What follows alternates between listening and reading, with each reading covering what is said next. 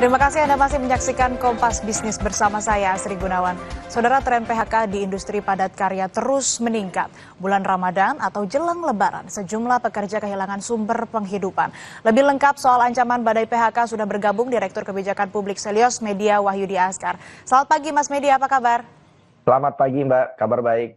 Mas, Indonesia ini kan darurat sekali badai PHK di bulan Ramadan. Bahkan ini kan kalau kita lihat trennya secara tahunan terus naik. Nah, kalau kita lihat juga bukannya udah ada imunitas anti PHK ya lewat Undang-Undang Cipta Kerja di tahun 2020?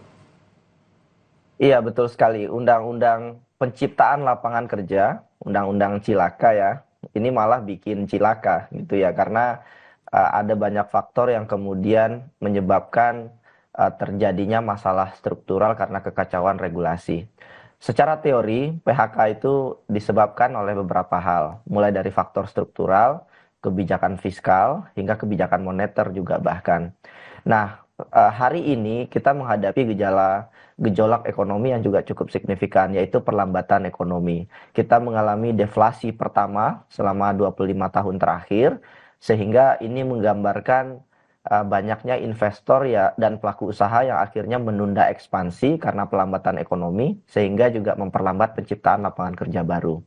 Pada saat yang bersamaan, regulasi yang ada justru juga tidak mendukung daya saing dari sektor usaha kita. Jadi kalau tadi disebutkan bahwa UU Cipta Kerja itu kan istilahnya definisinya itu harus adil dan layak ya. Dan saat ini kenyataannya banyak kerja-kerja yang tidak layak. Salah satu implikasi Undang-Undang Cipta Kerja itu adalah banyaknya tenaga kerja outsourcing. Dan ini jadi hal yang problematik hari ini.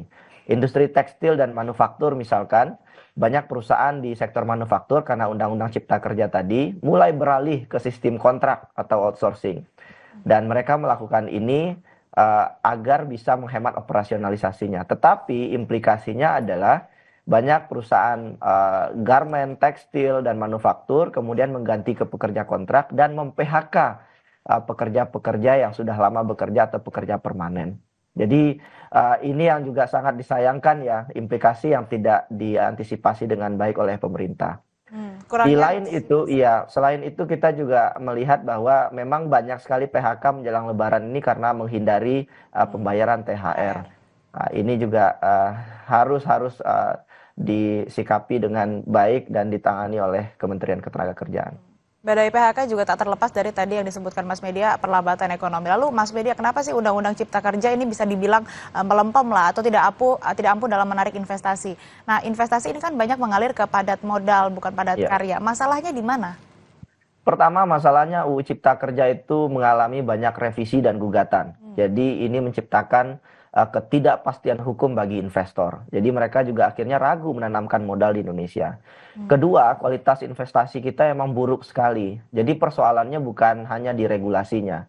Dan ibarat kata kita hari ini tuh makannya banyak, tapi berat badan kita nggak naik karena terlalu banyak cacing di dalam perut negara ini. Apa itu? Yaitu korupsi. Dan korupsi itu membuat investor berpikir 100 kali untuk masuk ke Indonesia. Jadi ada yang bilang Vietnam lebih kompetitif dari segi regulasi, tidak sepenuhnya salah, tetapi sebetulnya ini hanya faktor ke-10 mungkin ya. Karena faktor utama kenapa investor ragu masuk ke Indonesia karena banyaknya pejabat yang korup. Dan kita menyaksikan ini juga akhirnya membawa dampak signifikan kepada angka investasi ke Indonesia. Belum lagi birokrasi yang tidak efisien. Karena kalau kita lihat investasi beberapa tahun terakhir, banyak bandara yang sepi, kemudian IKN juga berpotensi bermasalah gitu ya karena minimnya investor. Sehingga kalau kita tanya ke investor kenapa mereka ragu masuk ke Indonesia, karena hampir semua proyek itu tidak melewati tender. Sebagian besar diberikan kepada BUMN dan harganya mahal. Karena investor sudah tahu bahwa investasi ke Indonesia itu mahal sekali. Jadi Omnibus Law belum bisa menjadi obat ya untuk menyelesaikan persoalan ini untuk penguatan investasi kita. Nggak cukup jadi obat karena masih ada cacing-cacing di perut tadi ya. Korupsi yang menjadi salah satu faktor besar yang membuat para investor juga enggan dan mikir beribu-ribu kali untuk melakukan investasi. Nah, kalau boleh memberikan nilai begitu Mas dari skala 1 sampai 10, di angka berapa keberhasilan atau justru kegagalan Undang-Undang Ciptaker? Ya, saya terlibat sekali cukup intens dalam penyusunan Undang Ciptaker ya, dan pada proses awalnya sudah gagal. Jadi saya juga tidak kaget pada saat implementasi juga banyak masalah. Jadi mungkin hanya 3 dari 10 ya. Dan ini harus kita selesaikan sebagai sebuah bangsa yang pembelajar gitu ya. Pak Prabowo dan menteri-menterinya harus merespon ini dengan baik. Sekarang pekerja informal kita naik terus ya. Implikasinya ya jelas, kalau terlalu banyak pekerja informal, gajinya tidak teratur, kualitasnya rendah, begitu pekerjaannya akan semakin banyak pekerja rentan. Sama satu lagi, yang paling tidak diuntungkan oleh UU Ciptaker ini anak muda, Hmm. karena mereka ingin mendapatkan pekerjaan, tetapi justru pekerjaannya tidak layak gitu ya. Mereka akhirnya juga tidak bisa menjadi karyawan tetap, Betul. mereka juga dibayar dengan murah, dengan skill yang sebetulnya mereka bisa terserap dengan baik di lapangan kerja, tapi karena Undang-Undang Ciptaker ini cenderung lebih banyak menguntungkan pengusaha, akhirnya banyak juga saudara-saudara kita anak muda yang tidak diuntungkan.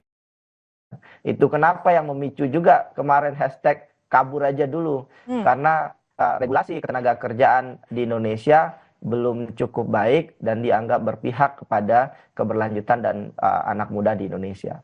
Oke, 3 dari 10 tadi nilainya. Apakah ada sinyal Omnibus Law Undang-Undang Cipta Kerja ini nggak akan dipakai sebagai mazhab atau sebagai pemikiran ekonomi dari Presiden kita Prabowo Subianto?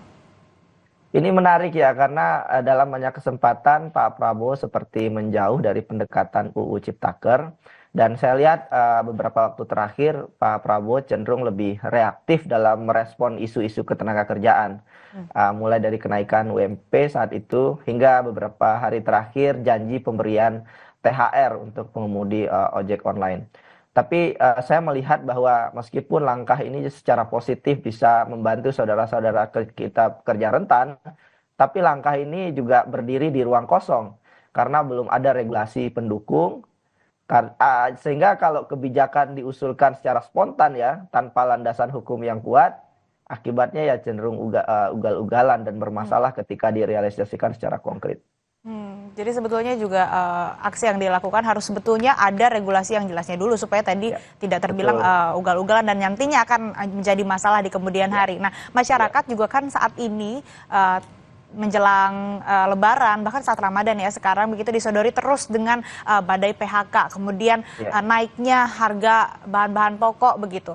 Dan ironinya lagi nih Mas Media, saat masyarakat kesusahan, muncul kasus-kasus korupsi. Pertamina misalnya, kemudian pajak, sampai terakhir minyak kita. Nah sebetulnya kemana sih arah persepsi Ya. publik terhadap keadilan dan juga transparansi pemerintah? Saya kira publik merespon cukup keras ya terkait masalah korupsi hari ini.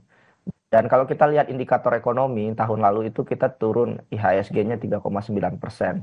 Dan sebagian bilang alasannya adalah Trump, adalah masalah ekonomi global, tetapi toh faktanya negara lain tidak mengalami kondisi seburuk di Indonesia. Jadi memang lagi-lagi korupsi jadi masalah hari ini, tidak terhitung kerugian negara yang terjadi akibat korupsi. Dan segitu besarnya kerugian negara, ada tidak yang mundur pejabat Indonesia? Tidak ada. Jadi Oke. pemimpin kita sebagian juga tidak punya etika dan respon yang baik terhadap kasus yang terjadi hari ini. Bahkan kita juga menyaksikan banyaknya prinsip-prinsip meritokrasi yang dilanggar. Jadi kalau sesuai pasal 190 PP nomor 11 tahun 2017, nggak boleh ada adik dari menteri kemudian dimutasi menjadi staf ahli menteri.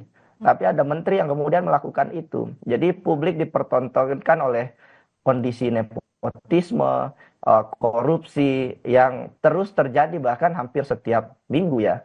Masyarakat marah, tapi kan marah ini harus direspon dengan bijak ya Betul. oleh pemerintah dan DPR. Ini yang harus diperbaiki saya kira ke depan.